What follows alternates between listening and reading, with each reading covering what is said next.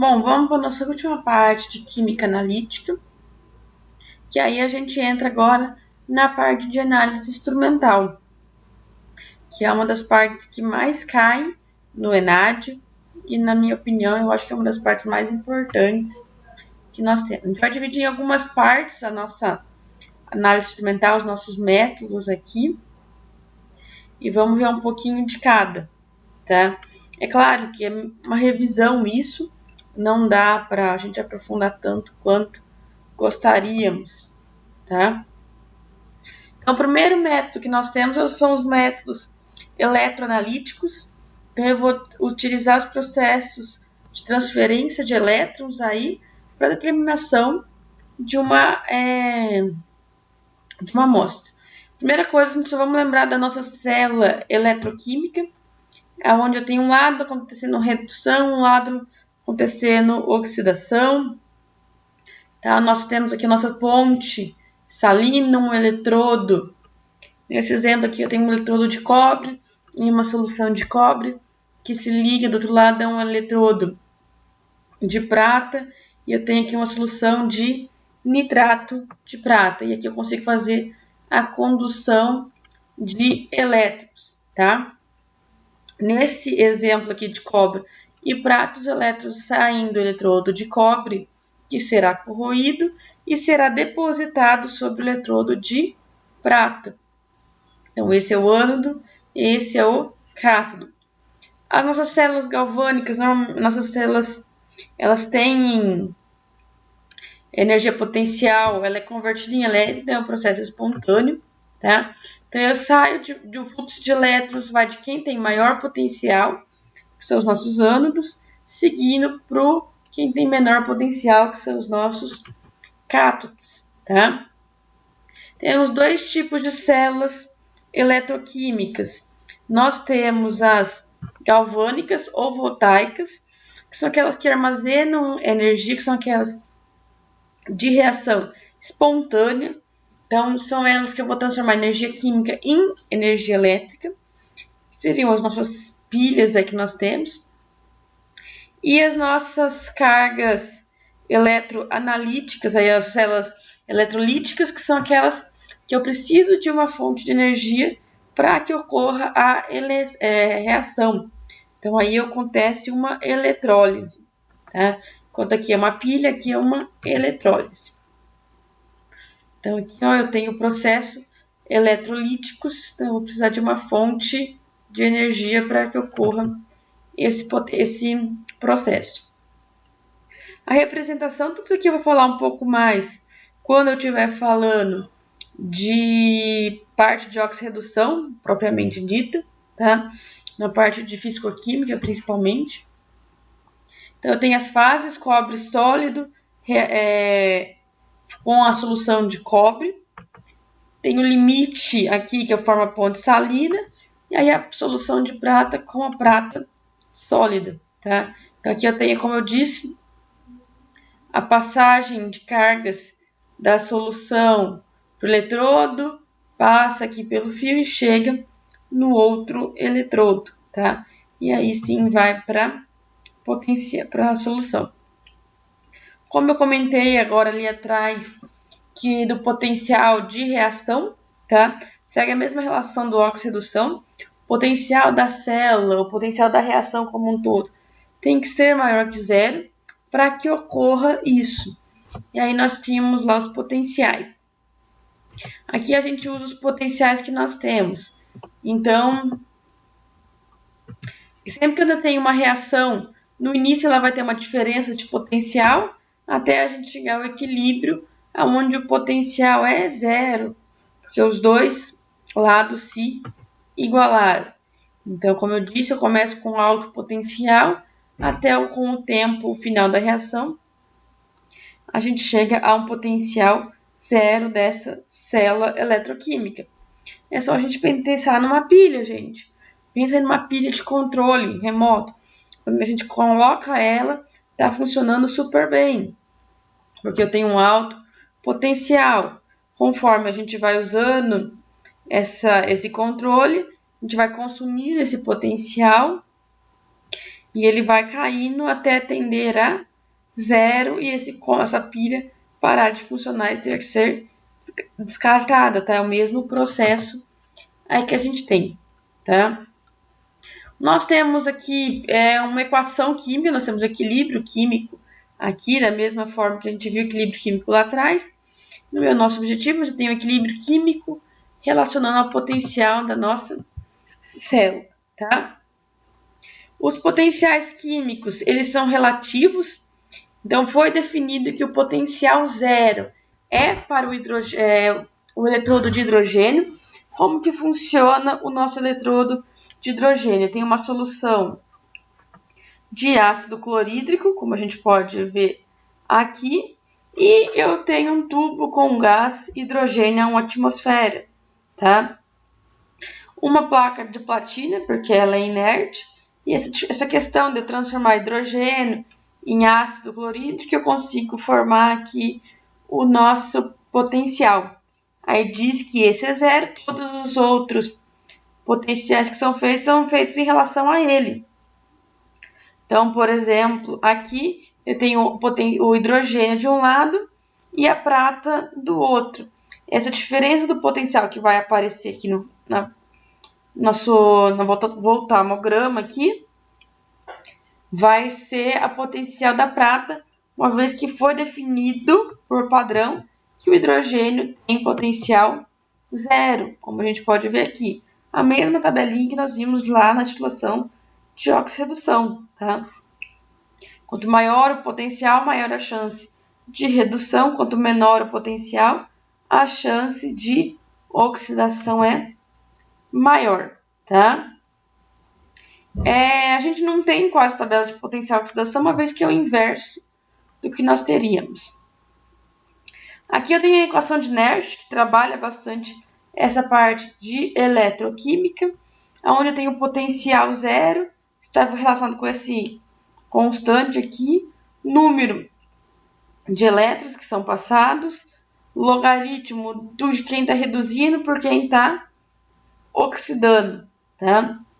E a gente sabe o potencial exato daquela célula que nós temos, que nem sempre é o potencial padrão que nós temos nas concentrações exatas. A única coisa é que essas concentrações, para ser mais realista, deveriam ser em atividade, tá?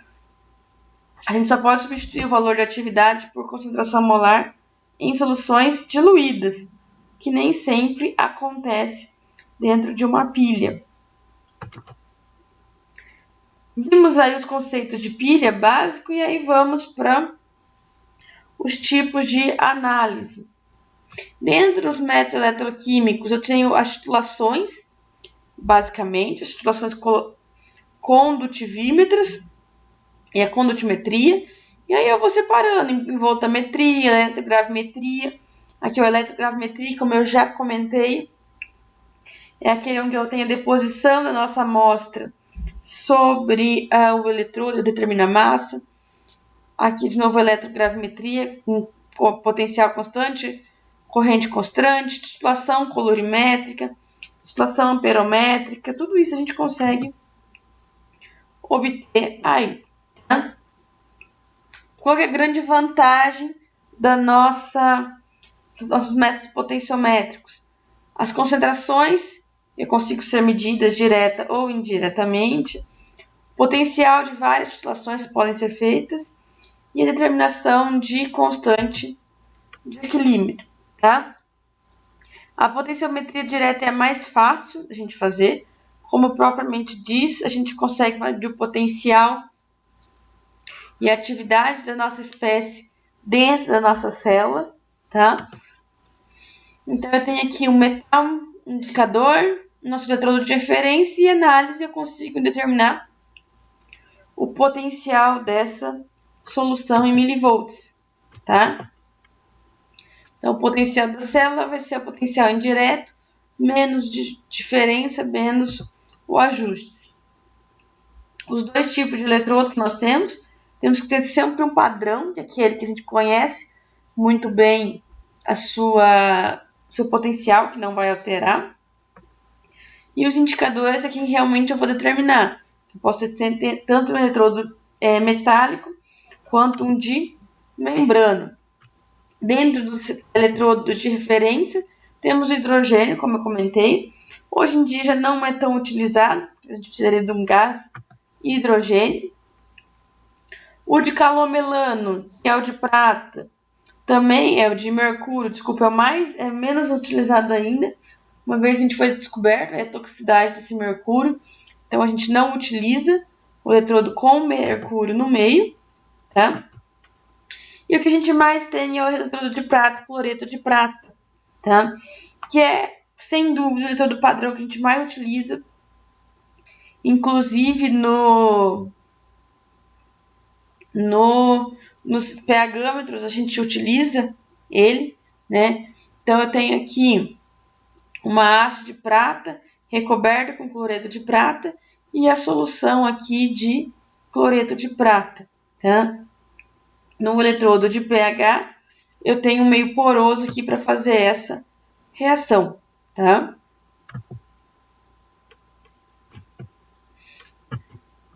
E todos os cuidados que a gente tem que ter, tá? Tem que estar sempre hidratado esse eletrodo, sempre coberto, tudo isso. Os eletrodos de metálico, eles são sensíveis à espécie iônica que está sendo trabalhada. Eles têm resposta seletiva. Então, eu posso ter de primeira, eletrodo de segunda classe, assim por diante. E temos os de membrana, que são aqueles que determinam-se de forma mais rápida, com íons seletivos, tá? O que acontece muito no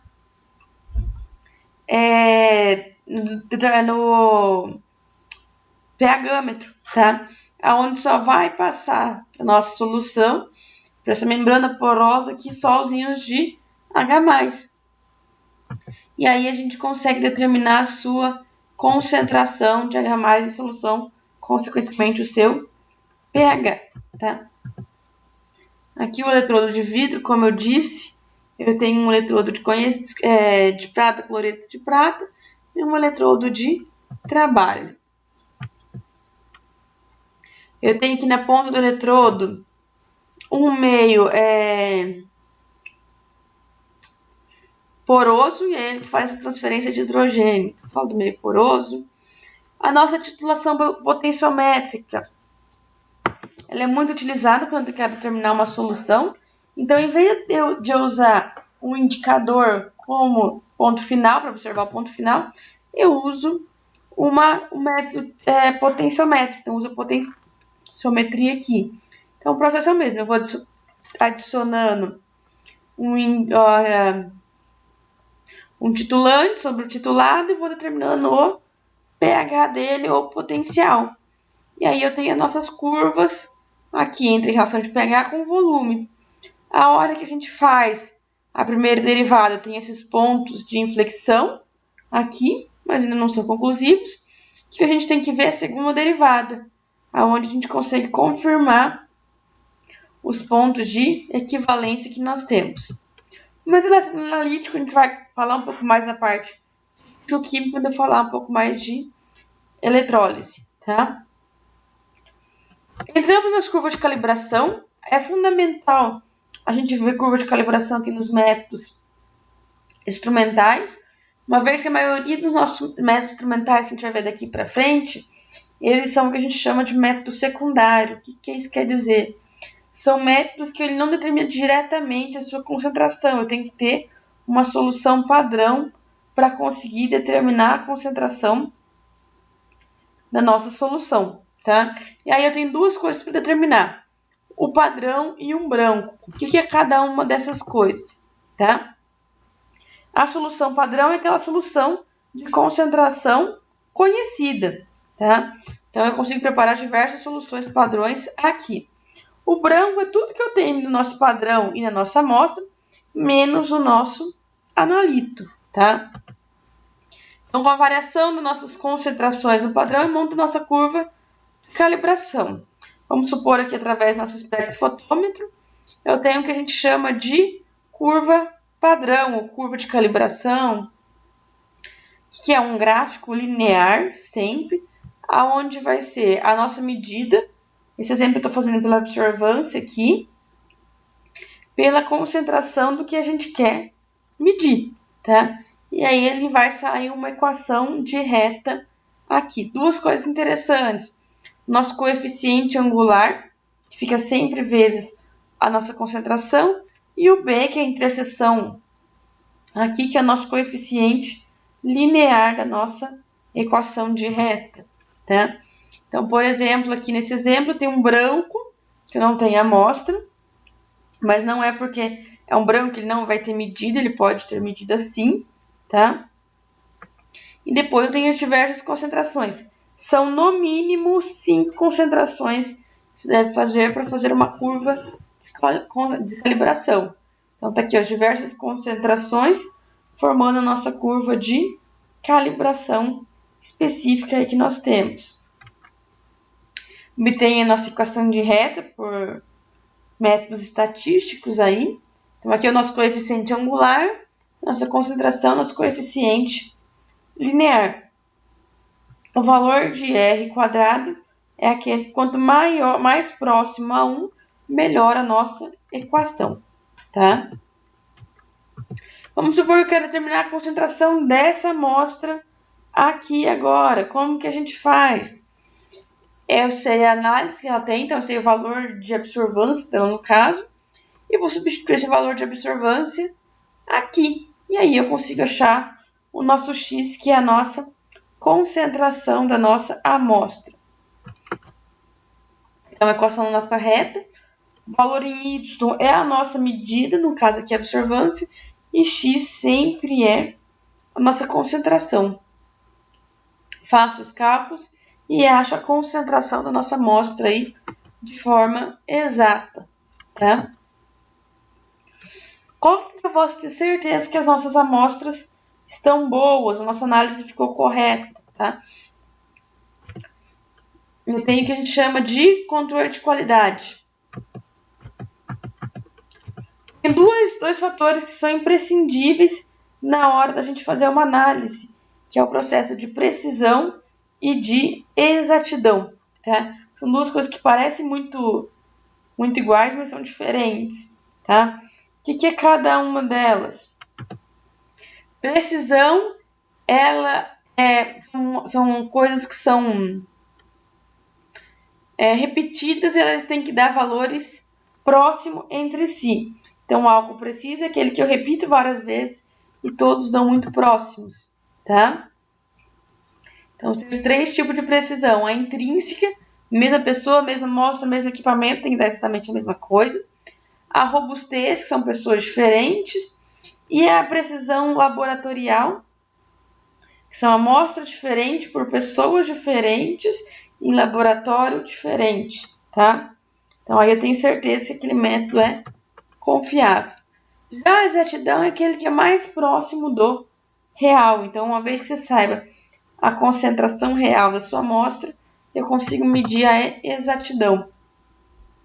Então, o ideal é que eu tenha um método que seja preciso e exato, tá? Que é aquele que eu garanto que eles são valores todos próximos de si e do valor real, tá? Um método seria bom se ele fosse específico, então um método que só vai determinar o analito de interesse, tá? Só que é difícil a gente ter métodos específicos. A gente pode ter métodos que determinam uma classe, mas determinar um único analito é difícil, tá?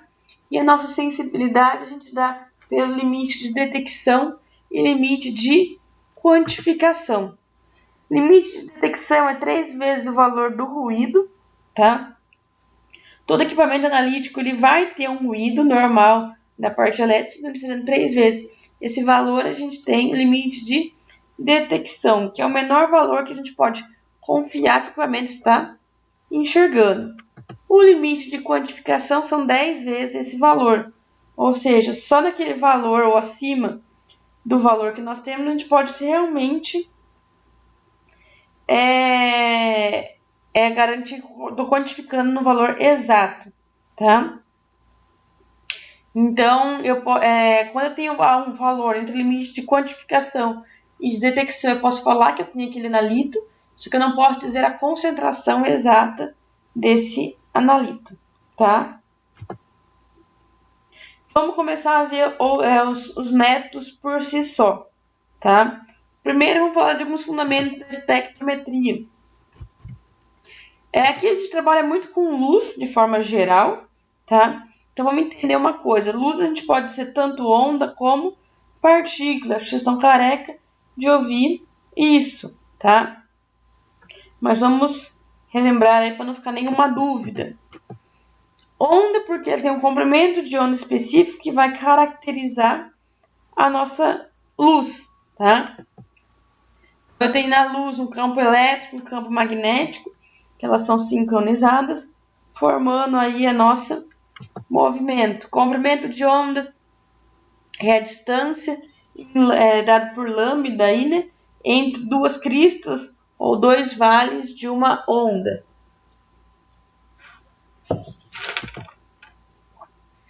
Quanto maior a frequência que eu tenho de uma onda, menor o seu comprimento de onda. Menor a frequência, maior é o seu comprimento de ondas. Elas são unidades inversamente, tá? Luz é propagada em toda direção, tá? Só que nem todo meio. Ela pode mudar sua velocidade conforme o meio que ela tá. Então, por exemplo, no vácuo, ela é mais lenta do que no ar, tá? Posso ter 3 tipos: meios transparentes, aquela que passa completamente a luz, os translúcidos passa parcial, e os opacos são aqueles que não passam luz. E eu posso trabalhar a luz como partículas também. Quando a gente trabalha como partículas, eu estou trabalhando como fótons, então eu tenho uma quantidade de energia definida, tá? Em muitos casos eu vou trabalhar ela aqui como partícula, onde ela vai excitar e depois vai emitir luz, os nossos elementos, principalmente os nossos metais. Então, por exemplo, aqui eu tenho um elemento, seu núcleo e a sua eletrosfera, né? Então, eu tenho um elétron aqui na camada mais interna. Quando a gente emite luz sobre ele, esse elétron vai para a camada mais externa, tá? Então, ele sofre o processo de absorção de luz. Quando ele vai para as camadas de parte mais externa, ele está instável, ele vai voltar para a camada mais interna. No que ele vai voltar para a camada mais interna, ele vai fazer o processo de emissão de luz, tá? A gente vai ver isso aí depois certinho no processo de absorção e emissão atômica, tá? Nosso espectro eletromagnético é enorme. Eu tenho diversos comprimentos de ondas, cada um com uma função, desde raios gamas, que tem comprimento de onda super pequenininho, até ondas de rádio ou de baixa frequência, que tem comprimentos de onda maior, tá? Então, hoje em dia, a gente vive à base do espectro eletromagnético. Aqui na análise instrumental, a gente vai focar nos principais, tá? Que é a parte UVI visível, tá? Que é aquele que a gente consegue medir mais fácil. Outras coisas, como infravermelho, a gente vai ver outra aula voltada principalmente para a parte orgânica, o infravermelho, tá? E vamos entrar no espectro de absorção. O UV-Vis, como eu disse, é a parte que a gente vai ver aqui primordialmente. Hoje em dia, os espectros UV-Vis estão no nosso dia a dia, além do laboratório, desde para descobrir cor do carro que bateu, desde controle de qualidade de indústria, para garantir que o produto que está saindo está com qualidade. Então, esses são exemplos aqui de espectrofotômetro que nós temos, tá? O espectrofotômetro eu posso ter desde análise quantitativa, qualitativa, onde o qualitativo eu vou ver o espectro de absorção que ele tem e eu consigo ajudar a identificar o composto que eu estou trabalhando, quanto quantitativo, ou seja, saber a concentração que está a nossa amostra. Aqui a gente vai focar principalmente na parte quantitativa, porque a gente está falando de analítica principalmente, tá? No espectro fotômetro, de forma geral, a gente analisa o quanto que a luz é absorvida pela amostra, e quanto que isso diminui. Então, esse aqui é um esquema básico de um espectrofotômetro. Eu tenho uma fonte de luz, tá? Essa fonte de luz ela vai passar por uma lente, onde ela vai juntar toda essa luz, né? E passar por um monocromador, tá? Ou um prisma, depende do tipo de modelo que a gente estiver trabalhando. O que ele vai fazer? Ele vai fazer com que a gente consiga selecionar um comprimento de onda de interesse aqui para trabalhar, tá? Eu vou selecionar esse comprimento de onda. Poderia ser feito também com todo o espectro, tá? Isso a gente fala depois. Esse comprimento de onda vai passar sobre a nossa amostra, inicialmente com uma energia P0. Nossa amostra vai absorver aquele comprimento de onda e o resto que passar vai ser detectado. E pela essa diferença do quanto eu tinha inicialmente, pelo quanto sobrou aqui depois que passou pela amostra, eu consigo determinar a absorvância da nossa amostra, tá? Dentro do equipamento, isso aqui não é linear, né? Ela é zigue-zague, podemos dizer aqui. Isso porque eu preciso de um caminho óptico para a separação de cores maior do que simplesmente linear, tá? O nosso monocromador a gente usa para selecionar um comprimento de onda específico, tá? E aí lembra lá, se eu estou trabalhando com visível, essa cor que selecionamos, a gente poderia relacionar ela, esse comprimento de onda que a gente selecionou, poderia relacionar ela com uma cor. Só que se eu trabalhar no ultravioleta, não tem cor necessariamente, tá? A luz monocromática, eu tenho uma cor que a gente tem. Então, como eu disse, na nossa amostra, eu tenho inicialmente a energia que foi emitida pela nossa luz, passa-se para a nossa amostra e sobra-se um pouco depois. E essa relação do quanto eu tinha inicial pelo quanto passou, eu tenho a nossa transmitância, que é o quanto passou pelo quanto eu tinha inicialmente. É basicamente quase que uma porcentagem que nós temos. Ele varia de 0 a 1, é adimensional, ou seja, não tem unidade. É difícil a gente trabalhar com transmitância porque ela tem uma escala não muito fácil de ser trabalhada. A gente trabalha muito com absorvância, porque a sua escala é mais fácil de trabalhar. E a absorvância nada mais é do que menos log desses valores de transmitância, tá? Então, nós temos essa relação aí logarítmica entre os dois, tá? Nenhuma luz absorve tudo que emite, tá? Tem uma parte absorvida, a outra é transmitida. Sempre tem essa relação aí diferente, tá? Como eu disse, a gente usa sempre os brancos para diminuir o erro, porque os brancos podem ter emissão também, tá? Então, a gente usa ele para zerar. Aqui, ó. A transmitância é caracterizada por uma forma exponencial. E é difícil a gente trabalhar com parte exponencial. Então, para facilitar, a gente faz o log, formando uma forma linear aqui da absorvância. E aí tem uma coisa que é extremamente importante, que vai dizer basicamente todo o processo de análise, que é a lei de Lambert-Beer, tá? Essa lei ela vai juntar todo o processo ali de absorção molecular. Então, essa aqui é a forma linear e tem a forma exponencial. A gente sempre usa a forma linear, que ela é mais fácil, muito mais fácil, né, de trabalhar. Então, a absorção de uma amostra está relacionada com a absortividade molar, que é característico de cada substância. Não, cada substância tem uma característica, sua absortividade molar, que é quantos que ela absorver por mol. A espessura, ou seja, a espessura dessa cubeta, desse lugar onde está a nossa amostra, que é o nosso caminho óptico também, e a concentração da nossa amostra. Então, tem uma relação aí direta entre absorvância e concentração na nossa amostra. E aí a gente consegue fazer uma equação direta para ela, tá? Mas a gente tem alguns problemas, porque a gente deve usar algumas coisas para não fugir dessa lei. Ela tem que ter uma amostra relativamente diluída, então de 0,01 a 0,001 mol por litro, tá? A faixa de trabalho de 0,3 a 1,5, hoje em dia a gente tem alguns espectrofotômetros um pouco mais sensíveis, ele pode chegar até 3 de absorvância aqui e ainda ser confiável, tá? E como que eu vou achar o comprimento ideal para fazer uma análise em UV-Vis, tá? Através do espectro de UV-Vis que nós temos.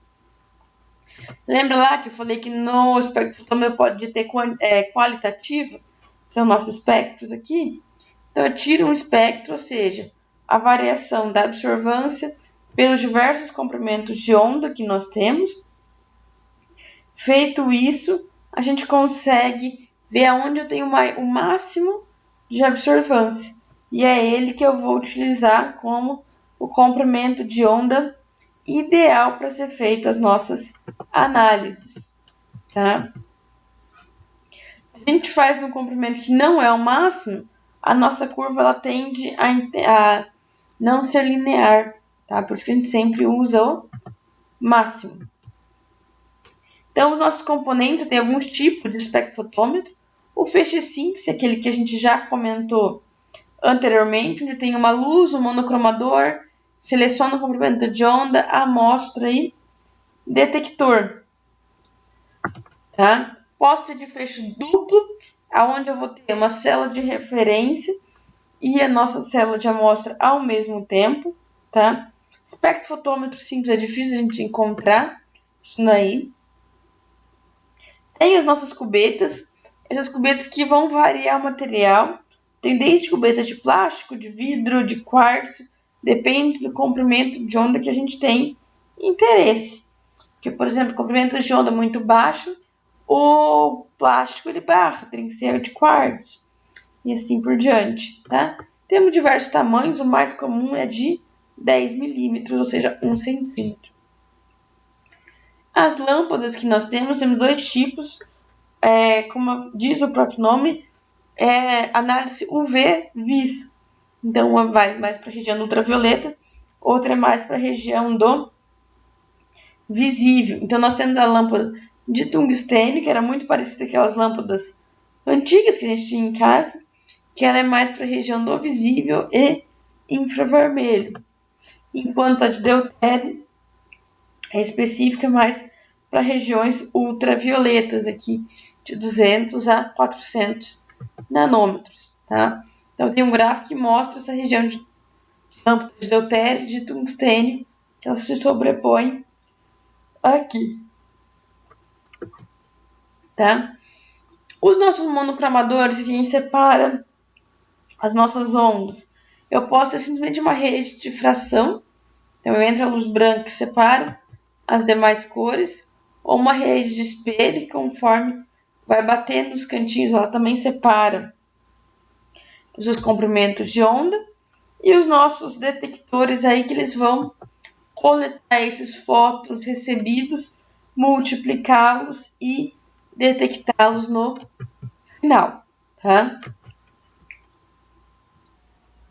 Bom, tudo que a gente viu até agora eram para moléculas, tá? Sejam elas orgânicas, sejam complexos, inorgânicos, tudo isso são para moléculas. Agora a gente vai para átomos, tá? Que aí no átomo a gente tem o processo de emissão atômica e o processo de absorção atômica. Então a gente vai ter que lembrar esses processos de absorção e emissão atômica para entender o processo aí de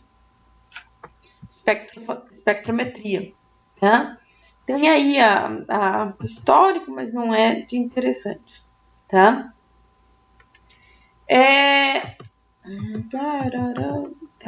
O que nós temos aqui, tá? Quando nós temos um espectro completo, tá? Ou seja, o espectro aqui no caso está o visível, tem todas as cores sendo emitidos sobre um elemento, tá? Até que a gente passa por ele. Depois que a gente passa por ele, esse elétron que estava aqui, ele vai sofrer uma excitação. Então, o elétron estava na camada interna, ele passa para a camada mais externa, ganhando energia, ficando instável. Na hora que ele volta, ele vai eliminar energia.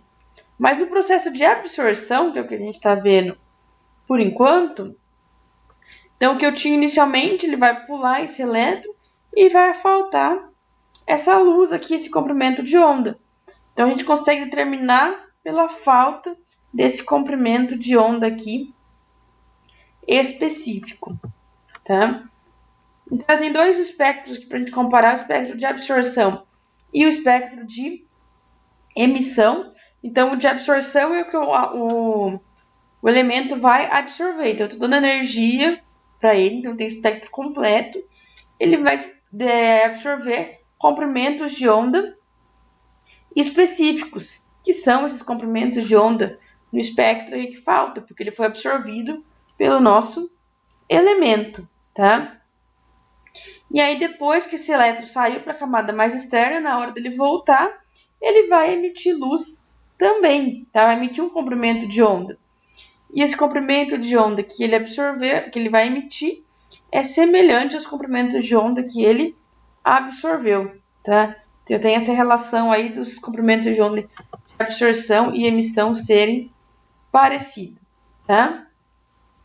No método de absorção, focal de absorção agora, eu tenho que ter um átomo livre no estado estável, tá?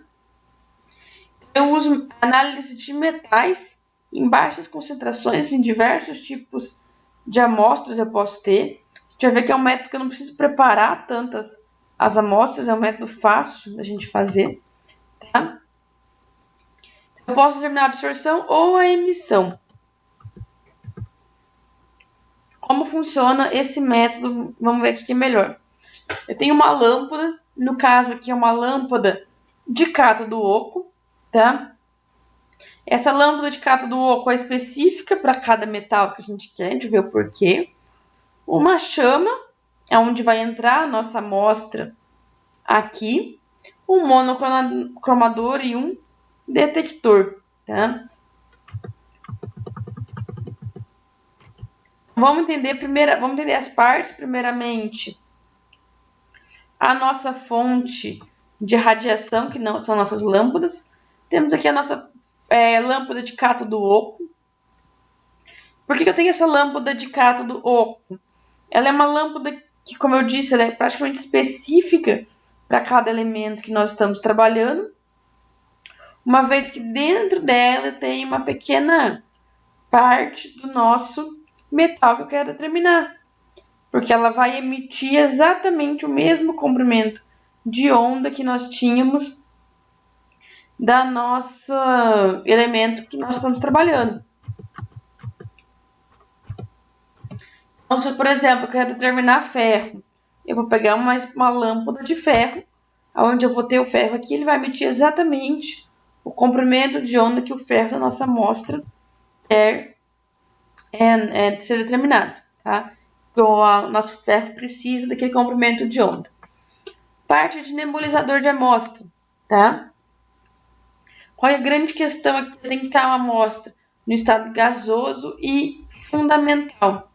Então, a nossa amostra ela pode entrar aqui na forma líquida, ela vai ser pulverizada, ou seja, vai formar microgotículas. Depois que ela formou essas microgotículas, entra esse combustível, aqui um gás, combustível e oxigênio, e ela sobe para a chama, tá? Uma vez que ela sobe na chama, ela tem todo um processo aí de ficar livre. Então, tem uma solução, ela vai se nebulizar, tem gotículas, ele vai ser seco, esse aerosol aqui, né, pelo calor, vai volatilizar e tem aqui os nossos átomos livres. Então, ele não está ligado a ninguém, então eu consigo determinar só os nossos átomos. Nessa chama que nós temos, eu vou ter, na verdade, 3 tipos de chama ali, ou 3 formas de injetar a nossa amostra, 3 atomizadores que a gente chama, tá? Não é só a chama que nós temos, nós podemos trabalhar com chama, forno de grafite e plasma, que eles vão fazer o mesmo processo, deixar o átomo livre, só que de fases de forma diferente. A chama é através do fogo, como a gente viu ali. O forno de grafite é através de uma resistência, ele vai aquecer a nossa amostra da mesma forma. E o plasma pela solução de plasma. A chama da amostra ser líquida, o forno de grafite eu posso ter amostras sólidas também, além do líquido, tá? Então, o que funciona? A nossa amostra ela vai ser nebulizada e vai passar aqui pelo nosso forno, nossa chama, como está aqui. Aqui eu tenho nosso átomo livre. Então, como que vai ocorrer? Nesse átomo livre aqui, vai passar radiação. Essa radiação, que é específica para cada elemento, na forma geral, assim. Tenho lâmpadas para mais de um elemento, mas de forma geral, cada lâmpada é para um elemento. Então, eu vou passar essa radiação específica, com comprimento de onda já específico, passa pela nossa amostra.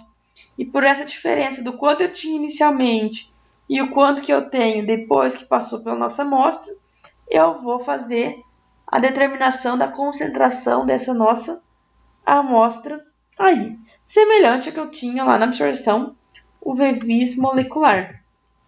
Tá? Tem os nossos 2 gases na chama, o oxigênio, que é básico para ter queima, né? E vou ter um gás combustível, aí vai depender de quem que eu estou trabalhando, tá?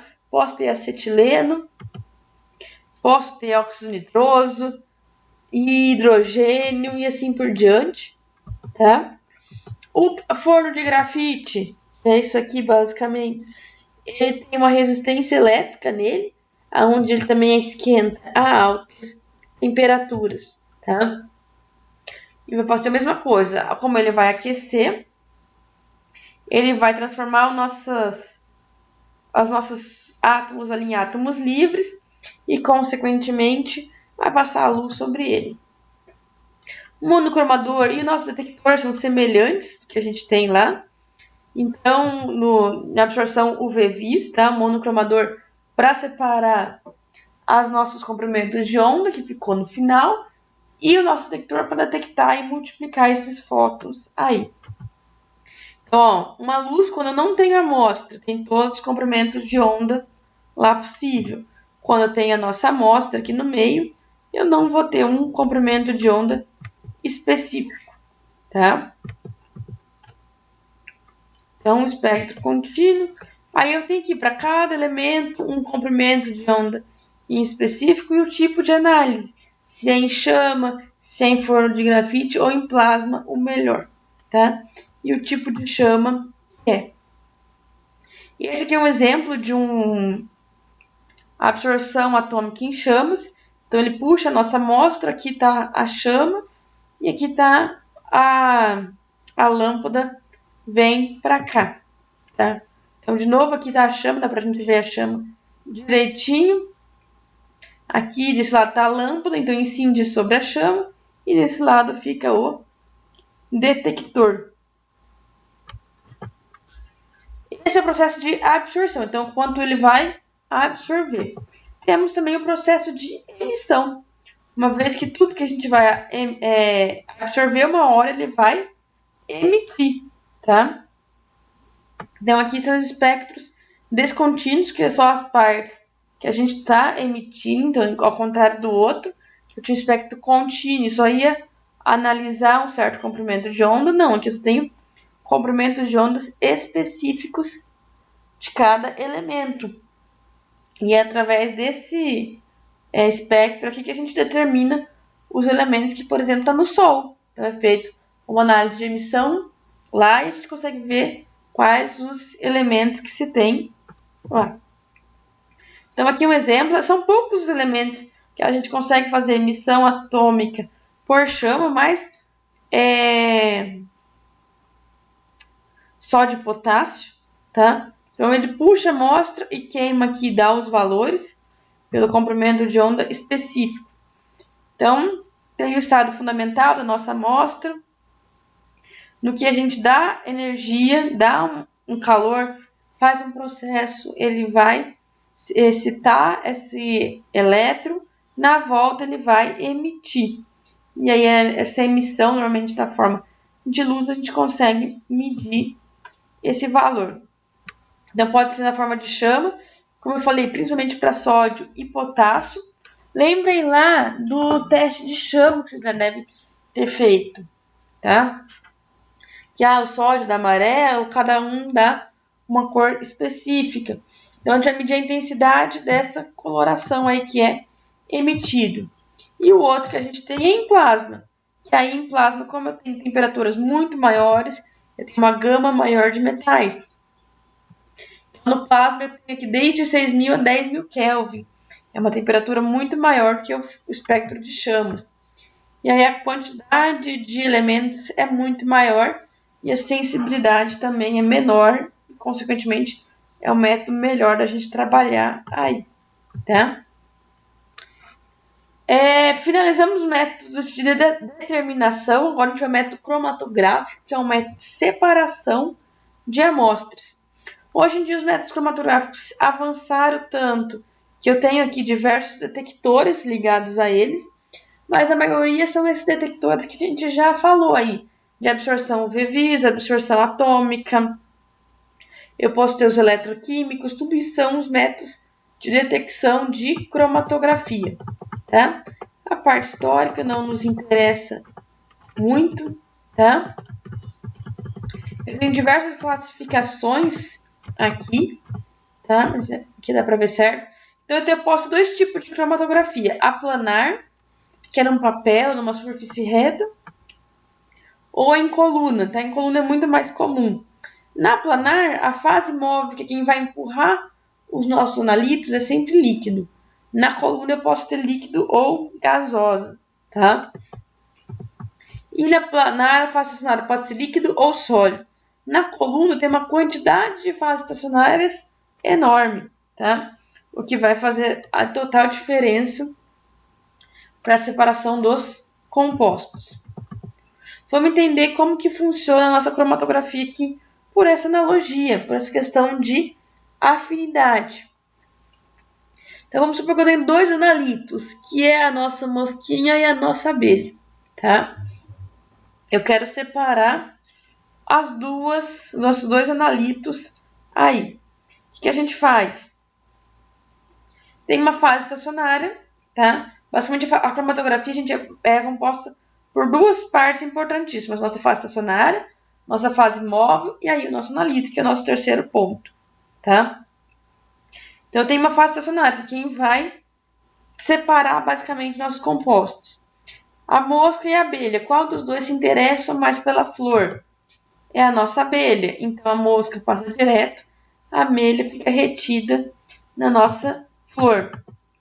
Agora ao contrário, vamos supor que eu tenho uma lata de lixo, continua a mosca e a abelha. A abelha passa reto e a mosca fica retida. E assim eu consigo separar duas substâncias diferentes. Então, uma sai primeiro e a outra fica retida. Isso vai depender com a fase móvel que eu estou trabalhando, com a fase estacionária e o analito que eu estou ali de interesse. Porque cada analito vai ter uma interação de forma diferente. Então, como eu disse, eu tenho aqui as nossas colunas. Nesse exemplo aqui, de cromatografia de coluna. Então, eu tenho inicialmente duas amostras aqui, dois analitos misturados, o vermelho e o azul. Conforme eu vou passando uma fase móvel, eles vão sendo empurrados ao longo dessa coluna e separados conforme a interação. Então, nesse caso aqui, ó, o azul demorou mais para sair, o vermelho está saindo para frente, porque está passando dessa direção aqui. O que isso quer dizer? Que o azul tem maior interação com a nossa coluna e o vermelho tem menor interação. Então, o azul fica mais retido, o vermelho passa mais rápido. A nossa cromatografia de papel. Então, o meio estacionário é um papel de celulose, como se fossem os papéis de filtro que nós tínhamos em laboratório. Então, eu coloco as nossas amostras aqui embaixo e por capilaridade, a fase móvel sobe por esse papel, separando as nossas amostras, tá?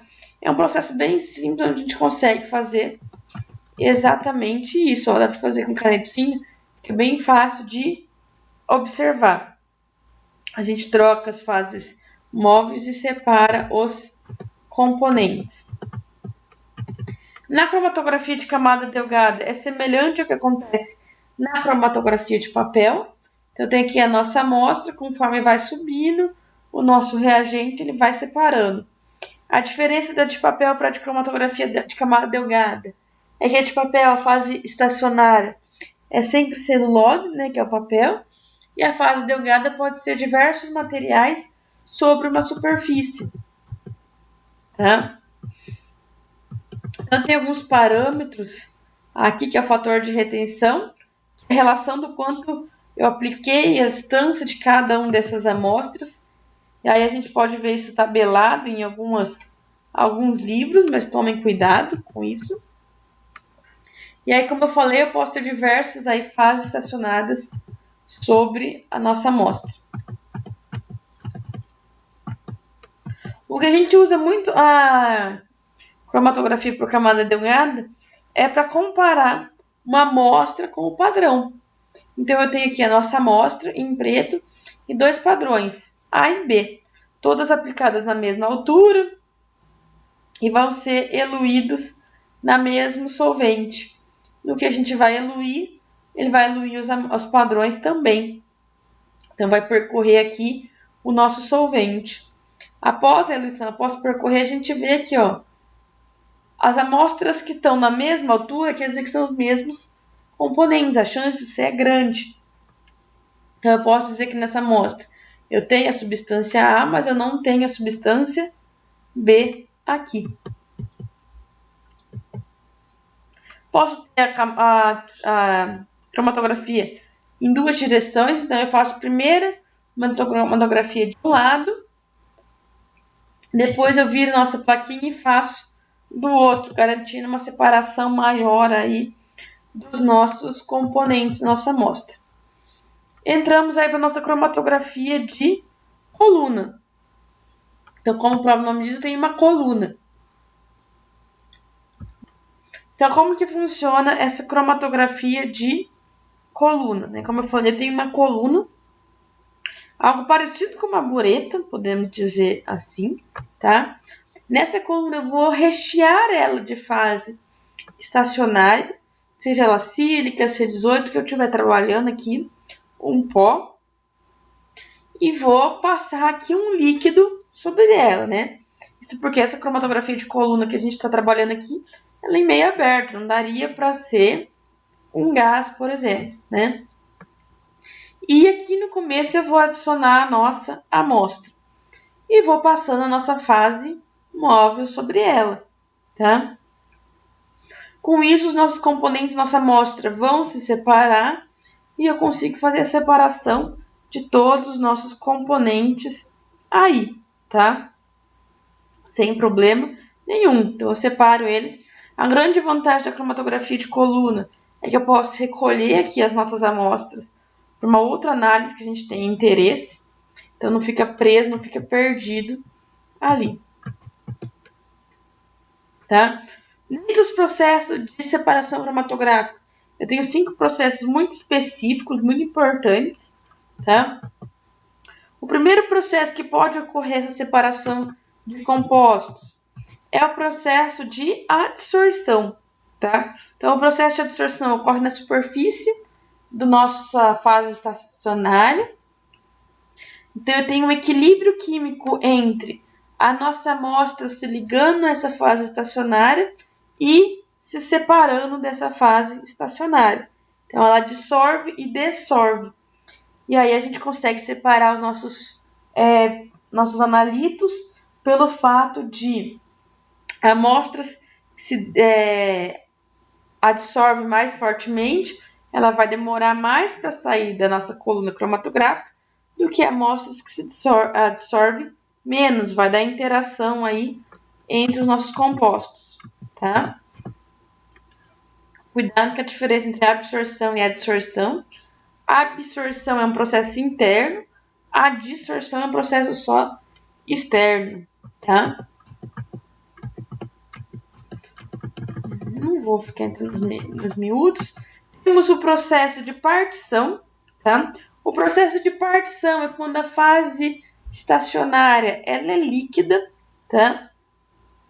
Nós vamos ver como que a gente consegue, na verdade, é um líquido que é revestido uma parte sólida, tá? Uma fase sólida.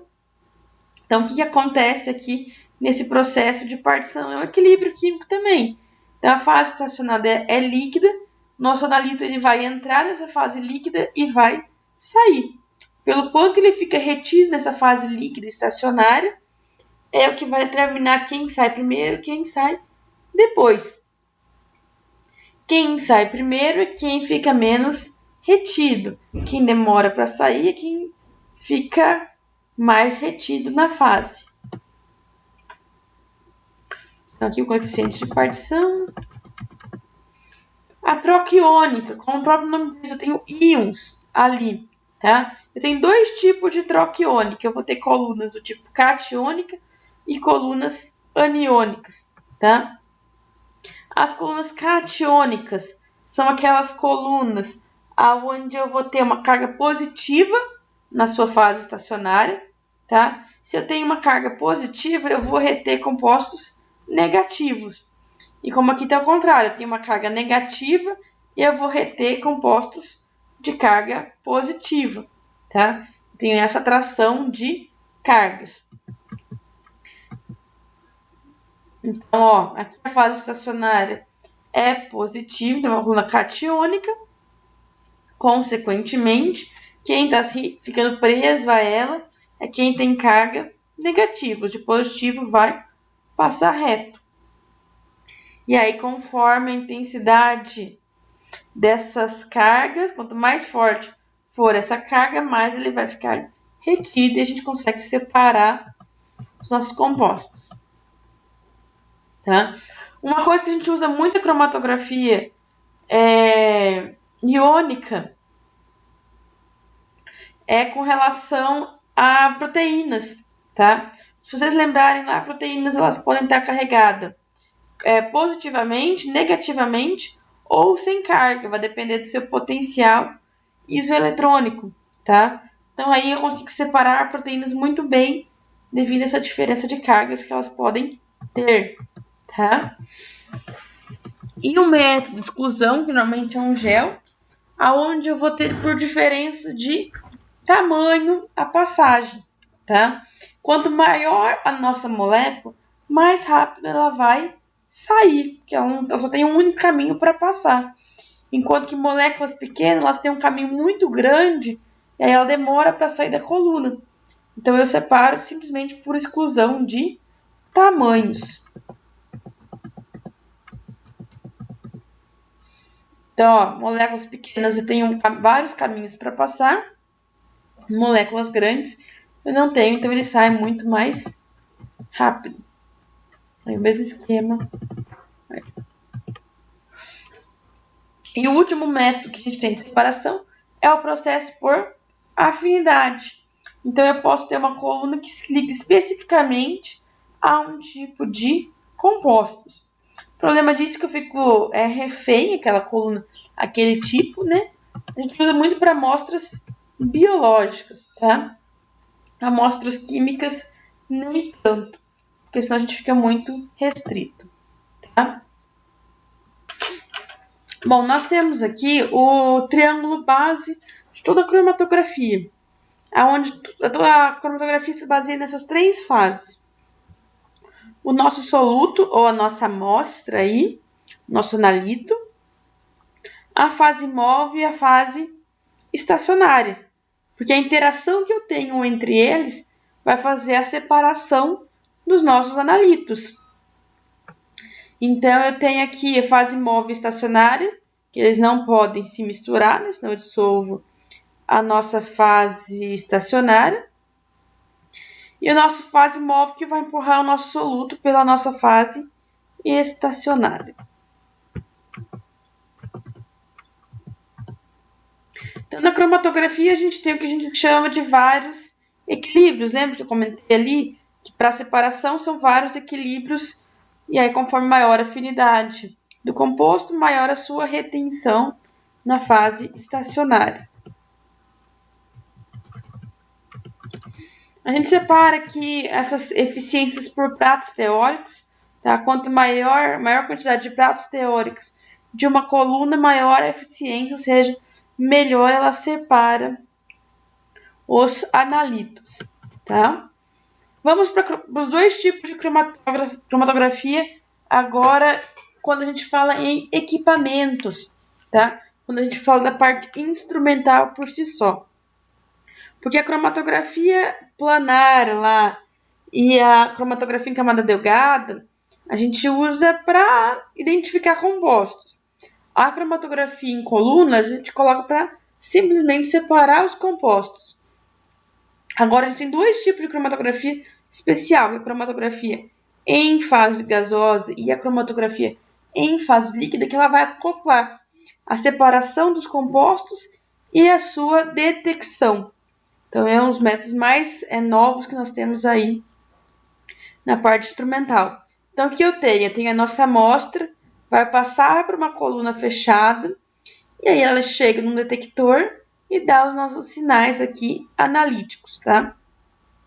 Na cromatografia gasosa, a gente tem algumas partes importantes, como diz o nome, é uma fase gasosa, uma cromatografia gasosa. Então, a fase móvel, ela é um gás. Então, é um gás inerte que ele vai empurrar a nossa amostra. Na cromatografia gasosa, o gás não tem função de ajudar na separação. Ele simplesmente vai ter a função de empurrar a nossa amostra ao longo da coluna cromatográfica, tá? Eu vou ter um injetor onde a gente coloca a nossa amostra. Por mais que eu estou trabalhando com gases, eu posso ter uma amostra líquida, desde que tenham altas temperaturas para transformar essa amostra em gases, né? A nossa coluna, a altas temperaturas, a temperatura que vai fazer a separação dos compostos aqui, e o nosso detector e o nosso meio de registro, nesse caso aqui, um computador. Quando que eu uso cromatografia gasosa? Sempre que eu tenho compostos do tipo voláteis, ou seja, compostos que podem se tornar gasosos, né? Eu não posso ter um composto ali que ele não evapora com facilidade. Qual que é o nosso quesito para ter um gás que arraste, ou seja, a nossa fase móvel ser gasosa, a gente conseguir empurrar a nossa amostra? Que ele seja inerte e puro. Então, como eu disse, o nosso gás aqui ele não vai ter função de reação, não vai ter função de equilíbrio químico, ele simplesmente vai ter função de empurrar as nossas amostras ao longo da coluna, tá? E ele tem que ser puro, porque senão ele vai dar essas impurezas ser detectadas no detector e vai dar diferença. Então, é claro que a gente pensa sempre no custo, né? Esses gases de alta pureza, eles têm um preço muito alto. Então, tudo depende da amostra que a gente está querendo analisar e a sua necessidade de pureza, tá? O nosso injetor que nós temos. O nosso injetor é onde a gente coloca a nossa amostra. Na grande maioria dos cromatógrafos gasosos, a gente injeta uma amostra líquida. E aí, com a temperatura, ela é volatilizada, tá? Poderia ter uma amostra injetando em amostras gasosas, mas trabalhar com gases é mais complicado, tá? Então, eu tenho que ser nossos injetores ou nossos vaporizadores ao mesmo tempo. Uma coisa que a gente tem que tomar cuidado na cromatografia gasosa é que essa injeção ela é instantânea. A gente tem que injetar muito rápido, porque na hora que a gente coloca a nossa amostra, ela vai começar a separar. E aí eu consigo separar muito bem se tem uma amostra rápida, uma amostra curtinha. Se tem uma amostra lenta, uma amostra que demorou para ser injetada, ela pode não separar muito bem, porque os dois ainda conseguem sobrepor as duas bandas, tá? Então, eu injeto aqui a nossa amostra e o nosso gás de arraste carrega aqui o nosso analito para dentro da coluna cromatográfica, tá? Alguns parâmetros importantes. Esse injetor tem que estar em altas temperaturas. Quando a gente fala em altas temperaturas, é 50 graus acima da temperatura da nossa coluna. Então, é importantíssimo essa temperatura estar bem alta. E aí, eu tenho diversos volumes ali que eu vou injetar dependendo do tipo da coluna, tá? Então, são seringas aqui que a gente tem, desde 1 a 10 microlitros que eu consigo injetar dentro do nosso cromatógrafo. As colunas que nós vamos ter, tem 2 tipos de coluna, basicamente, tá? Antigamente a gente trabalhava muito com coluna empacotada, que são essas maiores aqui. Eu tinha ela mais recheada. Ela é circular, porque ela tem um tamanho de meio metro a 5 metros, onde normal era uns 3 metros, mais ou menos, só que ela caiu em desuso, porque saiu as nossas colunas capilares. Reparem a comparação aqui, que ela é muito mais fina, tá? Como o próprio nome diz, ela parece um capilar, um fio de cabelo, tá? Então, ela é bem fininha também, continua circular, porque ela continua maior, agora é de 5 a 100 metros. A maioria é em torno dos seus 50 metros. E por ela ser muito fina, ela é muito mais eficaz. O recheio é só nas beiradas, é uma coluna vazia, onde ela só é recoberta nas paredes, tá? A temperatura que vai fazer a separação dos compostos, tá? Conforme eu aumento a temperatura da nossa coluna, aumenta a pressão de vapor dos nossos componentes. Aumentando a pressão de vapor dos nossos componentes, eu posso aumentar aqui a velocidade de migração. Então, os nossos analistas vão sair ou mais rápido ou mais devagar, fazendo aí com que a gente tenha a separação dos nossos compostos, tá? A gente consegue separar eles devido à diferença de temperatura. E o esquema básico de um cromatograma, tá? Onde a gente tem aqui intensidade de sinal por tempo, tá? Então, conforme eu vou injetando, ele vai saindo nossas amostras. Aqui, quando não está reta, quando não está saindo nada, e aí eu tenho os nossos picos aqui, tá? Então, cada pico desse, a gente pode dizer aproximadamente aí que é uma amostra que está saindo, tá? Então, conforme eu aumento a temperatura, veja, aqui está na mesma escala. Baixa a temperatura, ele demora mais para sair. Aqui eu teria um cromatograma dito ideal. E aqui eu tenho um cromatograma que saiu tudo muito rápido. Então, as nossas amostras saíram todas juntas, tá? E aí não faz sentido a cromatografia se está saindo todo mundo junto, né? O ideal entre esses três seria esse cromatograma no meio, porque ele está saindo rapidinho, só que os picos não se juntaram, tá? O primeiro, ele separa os picos, só que os picos ficam largos. O ideal são sempre picos do tipo fino. Na cromatografia que na cromatografia gasosa, a gente pode ter 2 tipos de análise. A gente pode ter as análises do tipo isotérmicas, que é aquele onde tem uma única temperatura do começo ao fim. Então, fica difícil separar os compostos. Repara que se eu tenho uma temperatura baixa, os primeiros picos saem bonitos, né, certinho. Os últimos, eles saem muito largos. E se eu tentar aumentar a temperatura, eu junto os primeiros picos e não separo eles. Então, não adianta muito. E aí, a gente tem o que a gente chama de programação linear da temperatura, tá? Ou gradiente de temperatura. Que é quando eu começo com uma temperatura, eu posso subir, eu posso alterar essa temperatura ao longo da nossa análise sem problemas. E aí, o mesmo cromatograma, agora com uma variação de temperatura no decorrer da análise, a gente observa que eu consigo separar os nossos analíticos de forma correta. Então, aqui, ó, diferentes cromatogramas reais. Então, isotérmico, a mesma temperatura 45, mantido a 145. E aqui numa programada de 30 a 180 graus. Vejam que eu consigo separar 9 elementos em meia hora, tá? Então, é ótimo isso. E aí, a nossa fase estacionária que está dentro da nossa coluna. É ela que vai interagir com nossos analíticos para fazer as separações. Tem dois tipos, né? O ideal seria ter uma fase seletiva, uma fase que vai separar muito bem os nossos compostos. Então, quando tem uma fase seletiva, ela separa os nossos compostos certinho. Quando tem não pouca seletiva, esses compostos podem começar a sair juntos. E aí fica inviável. Tá? Eu tenho aqui os nossos métodos. Eu posso ter o método de adsorção, que é aquele método quando uma fase estacionária é sólida. Eu tenho a fase estacionária líquida, que é o método de absorção ou partição, tá? Significa a mesma coisa. E eu posso ter as fases estacionárias quirais, que é fundamental para a química orgânica. Lembra lá o que é quiral, meninos? Quiral são compostos que eu tenho carbono quiral, ou seja, um carbono assimétrico, um carbono com 4 grupamentos ligados diferentes a esse carbono. E é muito difícil a gente separar moléculas quirais uma da outra.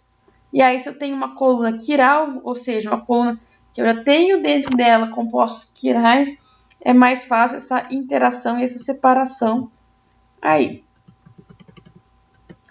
Beleza, vimos a coluna, vamos ver os nossos detectores. O que eu preciso ter de um detector de forma geral aqui, para que na cromatografia ele seja bom?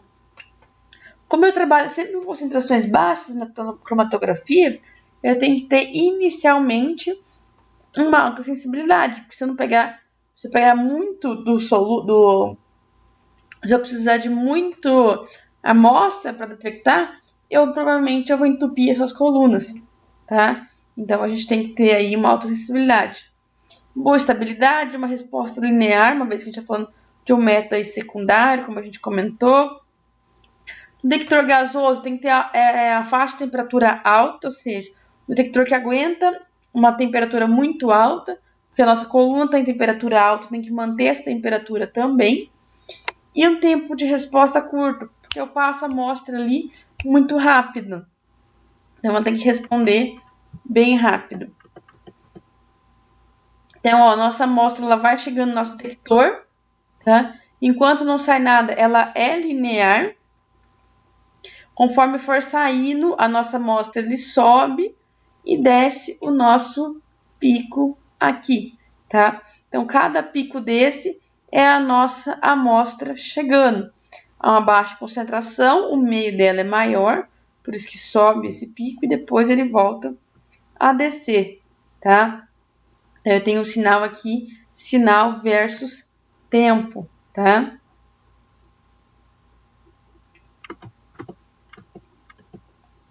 Basicamente, a gente tem 3 tipos de detectores. Os universais, que vai pegar qualquer tipo de substância que vai sair. Os seletivos, que vai pegar alguma característica daquele detector. E os específicos, que vai detectar só um grupo ou uma espécie característica, tá? É difícil a gente trabalhar com os específicos. Ou é o seletivo, ou os universais, que são os mais comuns, tá? Alguns tipos de detector, a maioria a gente já falou. Por exemplo, condutividade térmica, ionização de chamas. Então, ele forma íons. Através da chama, a gente determina a quantidade desses íons. Captura de elétron, quanto que a nossa molécula consegue capturar elétrons. Os termoiônicos. Tá? É os mesmos. E a gente tem o nosso detector de massa. Vou falar um pouquinho do nosso detector de massa, mas eu vou entrar muito mais nele lá em orgânica, tá? Que eu vou juntar com outras técnicas. O que seria nosso detector de massa, nosso espectrômetro de massa, tá? Ele é um detector universal, onde eu vou pegar para cada um dos picos, eu vou passar ele para um espectrômetro de massa. O que seria esse espectrômetro de massa? O nosso espectrômetro de massa ele vai pegar e determinar a massa desse composto através de um processo de vácuo de separações de cargas. Ali ele separa, ele faz uma análise e dá uma impressão digital aí basicamente para cada composto, tá? Então é um dos mais pontas hoje são os cromatógrafos ligados à massa, aonde a gente consegue através de uma biblioteca definir o nosso processo aí, definir as nossas amostras que nós temos.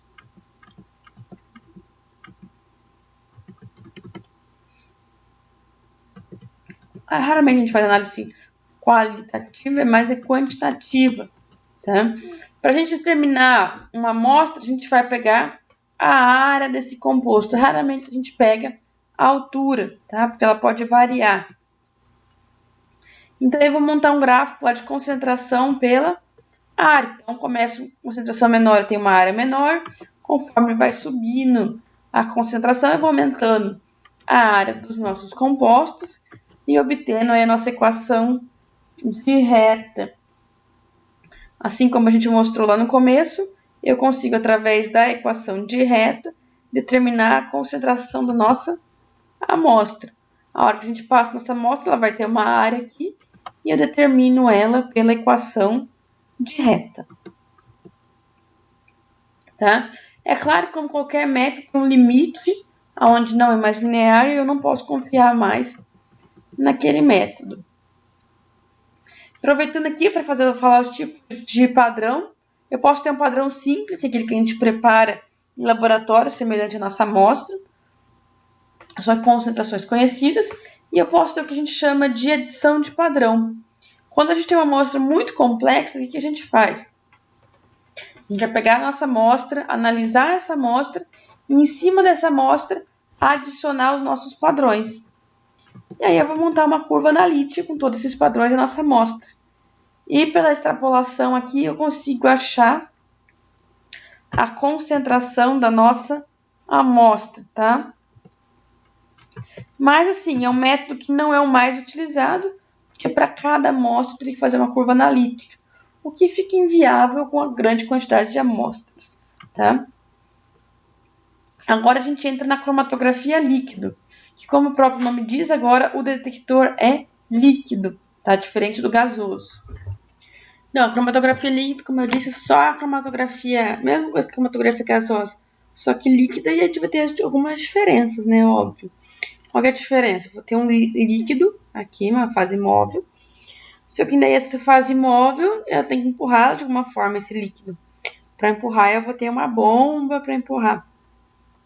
Um injetor ou um amostrador automático, tem as duas possibilidades aqui. E a nossa coluna. Nossa coluna vai ser diferente, vai ser menorzinho. O nosso detector e o nosso descarte. Enquanto no gasoso, o descarte era o próprio ambiente, sem problema.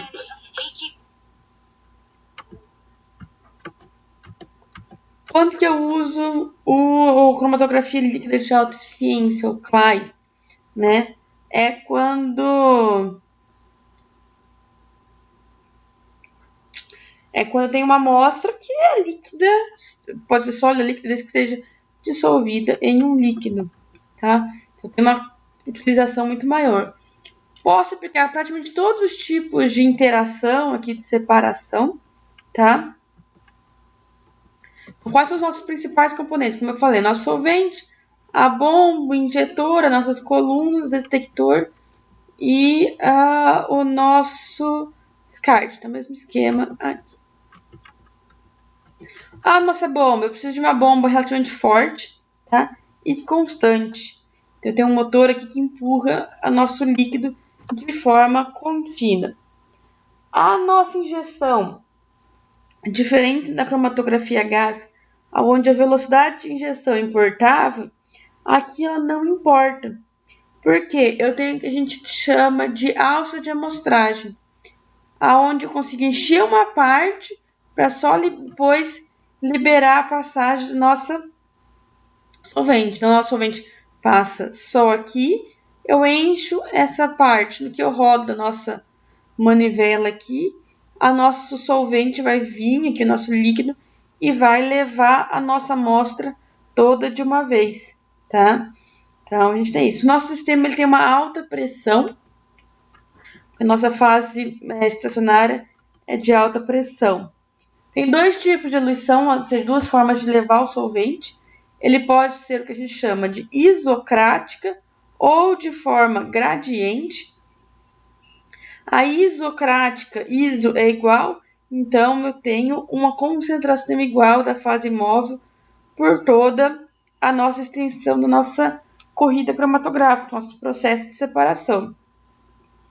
Enquanto na fase gradiente, é semelhante do que acontecia lá no outro, eu vou alterando o nosso solvente. Então, eu posso aumentar ou diminuir a concentração do solvente, mudar o solvente ao longo desse processo. Então, tudo isso é possível de ser feito no eluição gradiente. Tá? Então, a gradiente acaba sendo melhor, só que aí também ela é mais cara. Então, aqui só para vocês terem uma noção, em 47 minutos foi feita a eluição de 30 compostos separados por um fator aí de gradiente. Então, eu começo com uma concentração, ela aumenta até um certo ponto, depois ela volta a aumentar de novo aqui. Então, isso tudo faz a diferença para que eu tenha uma melhor separação dos nossos compostos. As nossas colunas, vejam que é diferente, tá? Ela pode ser de aço, de plástico, dependendo da nossa fase móvel que a gente vai utilizar. Em torno aí de uns 30 centímetros, de 20 a 30 centímetros. Atualmente a gente já tem colunas menores, tá? Mas a maioria que a gente usa é de 30 centímetros. E ela tem uma pressão muito alta, porque ela é recheada de fase estacionária. Então eu preciso de uma alta pressão que suporte altas pressões para que ela simplesmente não estoure, tá? Varia de 200 a 500 dólares. Nessa pandemia, esses valores aí subiu para 1.000, 2.000 dólares em alguns casos aí. Na cromatografia líquida, a gente tem um outro fator, que é a nossa pré-coluna, tá? A mesma coisa que a coluna normal, só que ela é pequenininha, para evitar que a gente estrague a coluna grande. Se por uma acaso a gente colocar ali como amostra algo que seja sólido no meio, algo que não esteja muito bem diluído, a gente vai estragar a pré-coluna, que é mais barato do que estragar a coluna. Tá? Então, aqui, ó, a separação de 8 compostos isocrático é possível, em alguns casos, nesse aqui deu, em 15 minutos. As fases estacionárias têm tanto peculiar quanto porosa, tá? E o que mais importa aqui é nossos detectores, que é parecido com tudo que a gente viu na detector gasoso, só que eu não preciso aguentar a altas temperaturas, tá? Como eu disse, a maioria dos detectores aqui são muito semelhantes aos que a gente viu lá na absorção. Então, a absorvância, de fluorescência, índice de refração, todos baseados na luz. Detectores eletroquímicos, que a gente viu lá no começo da nossa aula.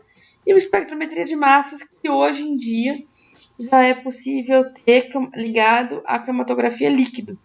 Por muito tempo não era possível, e aí nos últimos anos conseguiu-se essa interação. E serve no mesmo processo que tinha lá na cromatografia a gás, tá? Dois nomes importantes quando a gente fala de cromatografia líquida. É cromatografia em fase normal e em cromatografia em fase reversa, tá? São dois nomes que a gente usa bastante. Qual que é a diferença? A fase normal quer dizer que a fase estacionária que a gente tem lá dentro, ela é polar, tá? Consequentemente, a fase móvel tem que ser apolar. Se fosse polar, ele dissolvia e desmontava a coluna, né? Então, tem que ser opostos, fase móvel e fase estacionária. Então, fase estacionária é polar, fase móvel é apolar. Então, os compostos menos polares saem primeiro, porque ele não se liga à fase estacionária, e a fase móvel leva ele. Na fase reversa é o contrário. Nossa fase estacionária é apolar, consequentemente, nossa fase móvel é polar. E aí, os nossos compostos polares saem primeiro do que os polares. Tá? A gente usa muito na cromatografia líquido o que a gente chama das colunas de Decil, ou seja, são partículas de sílica recobertas por uma camada de carbono. Então a gente tem o metil, octil e octadecil, ou seja, com um carbono, que é o metil, octil com 8 e octadecil com 18. Do octil e o octadecil, essa cadeia de carbonos, a gente fala que ela é líquida, porque ela não tem estrutura de composto sólido, ela simplesmente é um líquido recoberto nessa partícula de sílica.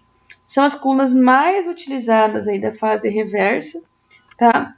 Então, aqui eu tenho uma estrutura dela. Então, eu tenho o núcleo de sílica e essas cadeias C8 ou C18 aqui ligadas a ela, tá?